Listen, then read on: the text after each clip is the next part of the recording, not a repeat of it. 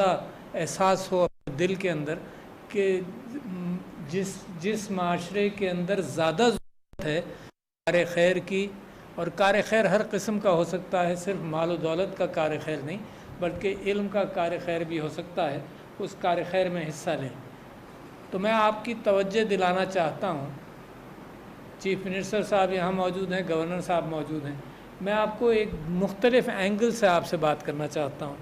ایک تو اینگل یہ تو سمجھ لیجئے کہ پاکستان اس وقت دو پاکستان لگتے ہیں مجھ کو، ایک ایلیٹ کا پاکستان ہے جو آپ لوگ ہیں اور میں، جو پڑھے لکھے ہیں، جن تک علم پہنچ گیا، جو ایسے خاندانوں میں پیدا ہوئے جو تعلیم کا اہتمام کر سکتے تھے، یا اتفاقیہ ایسے ریجن میں تھے جہاں پر تعلیم کا اہتمام ہوا اور آپ لوگ یہاں بیٹھے ہیں۔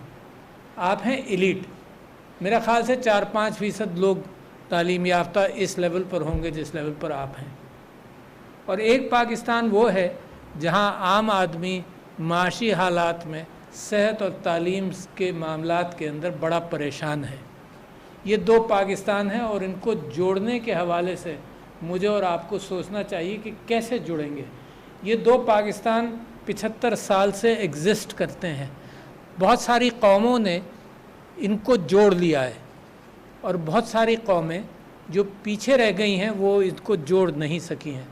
اور اس کی آپ کو مثال تو بعد میں دوں گا، مگر ذرا سا ایک تصور کر لو، آپ نے سنا ہوگا آج کل آبادی کا تناسب پاکستان کا تقریباً 25 کروڑ لوگ پاکستان میں آباد ہیں ماشاءاللہ، اور اس میں سے 2.70 crore I will just increase the figure by 20 lakhs 2.70 crore بچے اسکولوں میں نہیں ہیں۔ آپ کو احساس ہونا چاہیے اس بات کا۔ 10% of the population almost are out of school۔ اگر میرا بس چلے تو میں ساری پرائرٹیز چھوڑ کر اس نئے پاکستان کے لیے راستہ تیار کروں۔ واقعی اگر مجھے کوئی موقع ملے تو پھر میں صرف اس نئے پاکستان کے لیے تیار کروں بچوں کو جو 2.70 کروڑ کے قریب آؤٹ آف اسکول ہیں۔ میری پرائرٹیز میں کچھ گڑبڑ تو ہوگا کہیں نہ کہیں۔ میں ایلیٹ ہوں، مجھے اس ملک نے تعلیم دی ہے، اور اس کے باوجود میں یہ تماشا دیکھ رہا ہوں اپنے ملک میں کہ اتنی بڑی تعداد بچوں کی اسکولوں کے باہر ہے۔ You know how much damage it causes to your country؟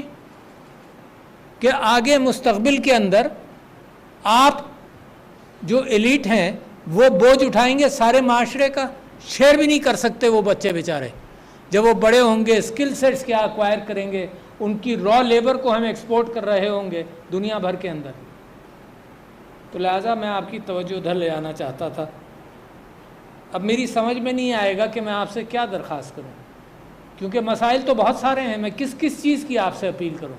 مسائل تو بہت سارے ہیں، مگر صرف اس چیز کی اپیل کر رہا ہوں آپ سے کہ آپ کے دل میں وہ درد پیدا کروں جو آپ کی زندگی کو تھوڑا سا تو موڑ لے۔ اس کو ایک ٹریڈیشنل گفتگو مت سمجھیے گا کہ آپ یہاں تشریف لائے ہیں اور ایک میں ٹریڈیشنل خطاب کر کے آپ سے بات چیت کر ہنس بول کر چلا جاؤں۔ یہ ٹریڈیشنل خطاب نہیں ہے، یہ ایک الارمنگ کیفیت ہے کہ گھر میں آگ لگی ہوئی ہے تو مجھے بجھانا میرا فرض ہے، اور جو ذمہ داری اللہ تعالیٰ نے اور آپ لوگوں نے مجھ پر سونپی ہے تو وہ میں وہ بھی نہ کہہ سکوں آپ سے کہ دیکھو آگ لگی ہوئی ہے تم نے بجھانا ہے۔ میں تو بہت پریشان ہوں، میں یہ پریشانی آپ سے شیئر کرنا چاہتا ہوں۔ میں خیر یہ بعد میں بات کر لوں گا آپ سے۔ تو کیا طریقہ کار ہو سکتا ہے؟ صحت کے آپ ٹھیکیدار ہیں تو آپ سے اس ٹھیکیداری کی بات کی جائے۔ آپ یہ بتائیے کہ آپ ماشاءاللہ، میں انوالوڈ، جب میں آپ کہہ رہا ہوں نا تو میں بھی انوالوڈ ہوں، کیونکہ میرا بھی صحت کے پروفیشن سے تعلق ہے۔ میں نے کیا کمال کیا ہے اس ملک کے اندر، کیا تیر مار لیا ہے میں نے اپنی ساری زندگی کے اندر، اور اس کو اپنے انڈیویجولی میں نے تیر مار لیا ہوگا، مگر اس کا معاشرے پر کتنا اثر ہوا، تو what I can deliver and what I have delivered میں ایک بہت بڑا تضاد ہے۔ اس بات کا بھی امکان ہے کہ میں بلیم کروں انسٹیٹیوشنز کو کہ انسٹیٹیوشنز نے مجھے آگے نہیں آنے دیا، اور حقیقت وہ بھی ہے۔